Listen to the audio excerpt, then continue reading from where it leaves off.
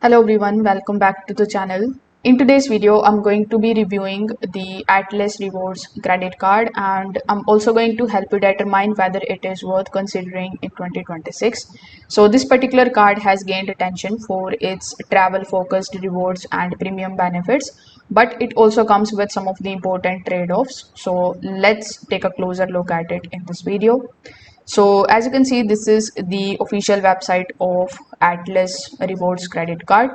Now, first of all, the Atlas Reward credit card is a premium travel card that is designed for people who spend frequently on travel, dining, and everyday purchases. The main attraction is its ability to earn the reward points that can be redeemed for travel related expenses. Afterwards, if we talk about its advantage, or I would say one of the biggest features, so one of its strongest features is its reward structure.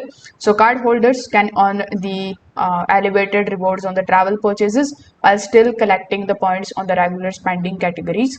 This makes it easier to accumulate the rewards throughout the year rather than only during the trips.